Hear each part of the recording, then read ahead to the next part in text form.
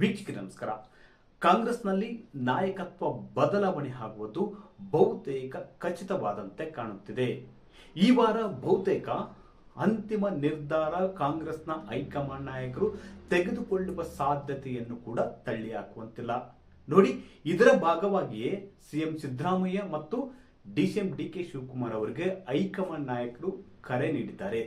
ದೆಹಲಿಗೆ ಬರುವಂತೆ ಹೈಕಮಾಂಡ್ ನಾಯಕರು ಇಬ್ಬರು ನಾಯಕರಿಗೆ ಕರೆ ನೀಡಿದ್ದಾರೆ ಅಂತ ಹೇಳಲಾಗ್ತದೆ. ನೋಡಿ, ಸಿಎಂ ಸಿದ್ದರಾಮಯ್ಯನವರಿಗೆ ನಿನ್ನೆ ಅಷ್ಟೇ ಹೈಕಮಾಂಡ್ ನಿಂದ ಕಾಲ್ ಬಂದಿತ್ತು. ಅವರು ನಾಳೆ ದೆಹಲಿಗೆ ತೆರಳಲಿದ್ದಾರೆ. ಅದೇ ರೀತಿ ಡಿಸಿಎಂ ಡಿಕೆ ಶಿವಕುಮಾರ್ ಅವರಿಗೂ ಕೂಡ ಕರೆ ಬಂದಿದೆ ಅಂತ ಹೇಳಲಾಗ್ತದೆ. ಇಬ್ಬರು ನಾಯಕರನ್ನು ದೆಹಲಿ ಹೈಕಮಾಂಡ್ ನಾಯಕರು ಕರೆ ನೀಡಿದ್ದು ನಾಳೆ 11 ಗಂಟೆಗೆ ಸಭೆ ನಿಗದಿಯಾಗಿದೆ. ಒಂದು ಮೂಲದ ಪ್ರಕಾರ ಕರ್ನಾಟಕದಲ್ಲಿ ನಾಯಕತ್ವ ಬದಲಾವಣೆ ವಿಚಾರವನ್ನೇ ಇಟ್ಟುಕೊಂಡು, ನಾಯಕತ್ವ ಬದಲಾವಣೆಯ ಅಜೆಂಡವನ್ನೇ ಇಟ್ಟುಕೊಂಡು ಸಿಎಂ ಸಿದ್ದರಾಮಯ್ಯ ಹಾಗೂ ಡಿಸಿಎಂ ಡಿಕೆ ಶಿವಕುಮಾರ್ ಅವರನ್ನು ಕರೆದಿದ್ದಾರೆ ಅಂತ ಕೂಡ ಹೇಳಲಾಗ್ತದೆ. ಹಾಗಾದ್ರೆ ಮುಂದಿನ ಸಿಎಂ ಯಾರಾಗ್ತಾರೆ? ಸಿಎಂ ಸಿದ್ದರಾಮಯ್ಯ ಅವರು ಕೆಳಗಿಳಿತಾರಾ? ಡಿಸಿಎಂ ಡಿಕೆ ಶಿವಕುಮಾರ್ ಅವರು ನೂತನ ಸಿಎಂ ಆಗ್ತಾರಾ?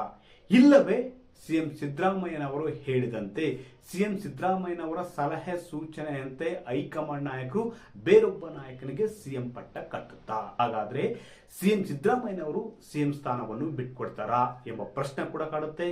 ಹೈಕಮಾಂಡ್ ನಾಯಕರ ಮುಂದೆ ಇರುವ ಆಯ್ಕೆ ಏನು, ಮತ್ತೆ ಯಾವೆಲ್ಲ ನಿರ್ಧಾರಗಳನ್ನು ಹೈಕಮಾಂಡ್ ನಾಯಕರು ತೆಗೆದುಕೊಳ್ಳಬಹುದು?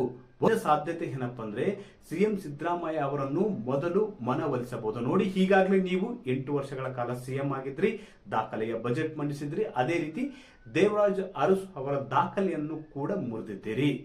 ಅತ್ಯಂತ ಸುದೀರ್ಘ ಅವಧಿಗೆ ಕರ್ನಾಟಕ ರಾಜ್ಯದ ಮುಖ್ಯಮಂತ್ರಿ ಆಗಿದ್ದೀರಿ ಮತ್ತು ಹಲವು ದಾಖಲೆಗಳನ್ನು ಮಾಡಿದ್ರಿ ಮತ್ತು ಪಕ್ಷ ನಿಮಗೆ ಎಲ್ಲವನ್ನು ನೀಡಿದೆ. ಹೀಗಾಗಿ ಇಚ್ಛೆಯಿಂದ ನೀವು ಸಿಎಂ ಹುದ್ದೆಯನ್ನು ಬಿಟ್ಟುಕೊಡಿ ಅಂತ ಹೈಕಮಾಂಡ್ ನಾಯಕರು ಸಿಎಂ ಸಿದ್ದರಾಮಯ್ಯ ಅವರನ್ನು ಮನವೊಲಿಸಬಹುದು.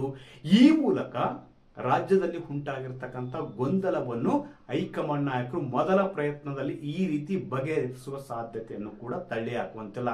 ನಾನು ಹೇಳ್ತಿರೋದು ಸಾಧ್ಯತೆ.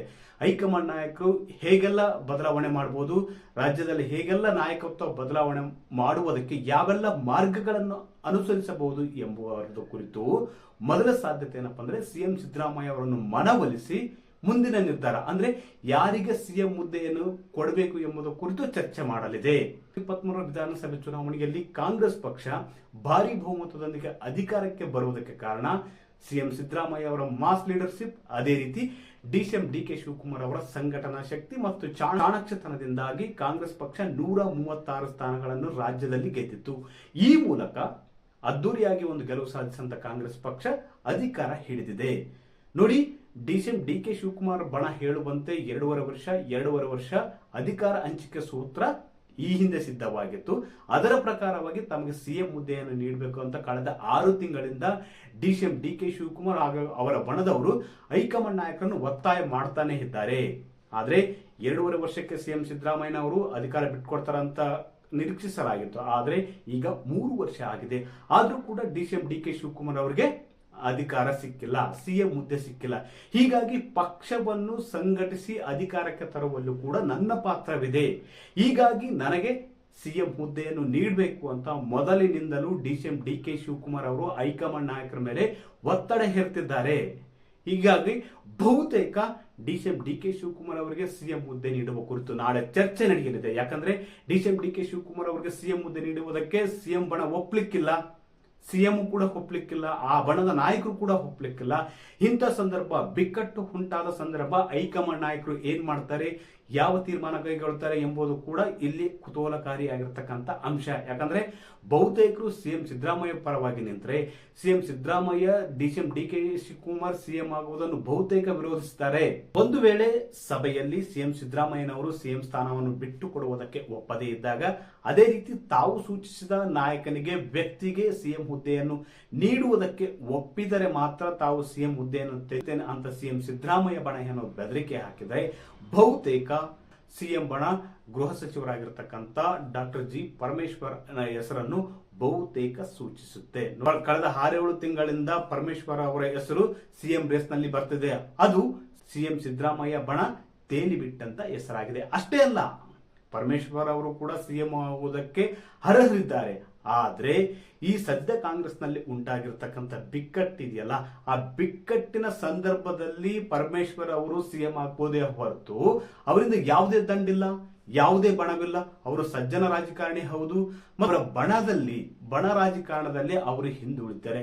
ಹೀಗಾಗಿ ಸಿಎಂ ಡಿ ಕೆ ಶಿವಕುಮಾರ್ ಮತ್ತು ಸಿಎಂ ಸಿದ್ದರಾಮಯ್ಯನವರ ನಡುವೆ ಪೈಪೋಟಿ ಇರುವುದರಿಂದ, ಅದೇ ರೀತಿ ಸಿಎಂ ಸಿದ್ದರಾಮಯ್ಯನವರಿಗೆ ಸಿಎಂ ಡಿ ಕೆ ಶಿವಕುಮಾರ್ ಅವರು ಸಿಎಂ ಆಗುವುದಕ್ಕೆ ಇಷ್ಟವಿಲ್ಲ.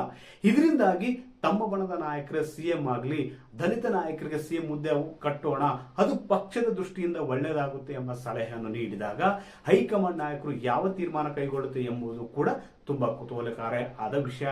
ಮತ್ತೊಂದು ಕಡೆ ನೋಡಿ, ಸಿಎಂ ಡಿ ಕೆ ಶಿವಕುಮಾರ್ ಯಾವುದಕ್ಕೆ ಸುಮ್ಮನೆ ಕೂಡುವ ಜಾಯಮಾನ ಅವರದ್ದಲ್ಲ. ಯಾಕಂದ್ರೆ ಪಕ್ಷವನ್ನು ಸಂಘಟಿಸಿ 2023 ವಿಧಾನಸಭೆ ಚುನಾವಣೆಯಲ್ಲಿ ಪಕ್ಷವನ್ನು ಅಧಿಕಾರಕ್ಕೆ ತಂದಿದ್ದಾರೆ.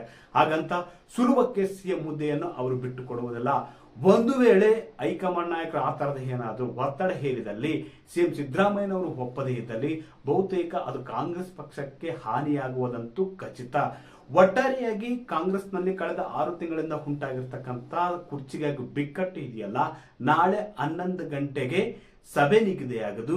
ಈ ವಾರದಲ್ಲಿ ಬಹುತೇಕ ಕಾಂಗ್ರೆಸ್ನಲ್ಲಿ ಹೊಸ ಸಿಎಂ ಆಯ್ಕೆ ಸಾಧ್ಯತೆ ಹೆಚ್ಚಿದೆ. ಹೊಸ ಸಿಎಂ ಅಂದ್ರೆ ಇಲ್ಲಿ ಯಾರಾಗ್ತಾರೆ ಎಂಬುದು ಕೂಡ ತುಂಬಾ ಮುಖ್ಯ. ಸಿಎಂ ಡಿ ಕೆ ಶಿವಕುಮಾರ್ ಆಗ್ಬಹುದು, ಇಲ್ಲವೇ ಜಿ ಪರಮೇಶ್ವರ್ ಆಗ್ಬಹುದು, ಇಲ್ಲವೇ ತ್ರಿಶಂಕು ಸ್ಥಿತಿ ಏರ್ಪಟ್ಟಲ್ಲಿ ಹಿರಿಯ ನಾಯಕರಾಗಿರುವ ಹಾಗೂ ಎಐಸಿಸಿ ಅಧ್ಯಕ್ಷರಾಗಿರುವ ಮಲ್ಲಿಕಾರ್ಜುನ್ ಖರ್ಗೆ ಅವರು ಕೂಡ ರಾಜ್ಯದ ನೂತನ ಸಿಎಂ ಆದರೂ ಕೂಡ ಅಚ್ಚರಿ ಪಡಬೇಕಾಗಿಲ್ಲ. ಒಟ್ಟಾರೆಯಾಗಿ ಕಳೆದ 1.5 ವರ್ಷದಿಂದ ಕಾಂಗ್ರೆಸ್ನಲ್ಲಿ ನಡೀತಿರುವ ಬಿಕ್ಕಟ್ಟು ಪರಿಹಾರವಾಗುವ ಸಾಧ್ಯತೆ ಹೆಚ್ಚು. ಅದು ನಾಳಿನ ಸಭೆಯಲ್ಲಿ ಯಾವ ನಿರ್ಧಾರ ಕೈಗೊಳ್ಳುತ್ತೆ ಮತ್ತು ಯಾರೆಲ್ಲ ಸ್ಥಾನ ಪಲ್ಲಟಕ್ಕೆ ಆ ಸಭೆ ಕಾರಣವಾಗುತ್ತೆ ಎಂಬುದು ಕೂಡ ಕುತೂಹಲ. ವೀಕ್ಷಕರೇ, ಈ ಮಾಹಿತಿ ನಿಮಗೆ ಇಷ್ಟವಾದಲ್ಲಿ ವಿಡಿಯೋ ಶೇರ್ ಮಾಡಿ, ಲೈಕ್ ಮಾಡಿ, ಕಮೆಂಟ್ ಮಾಡಿ.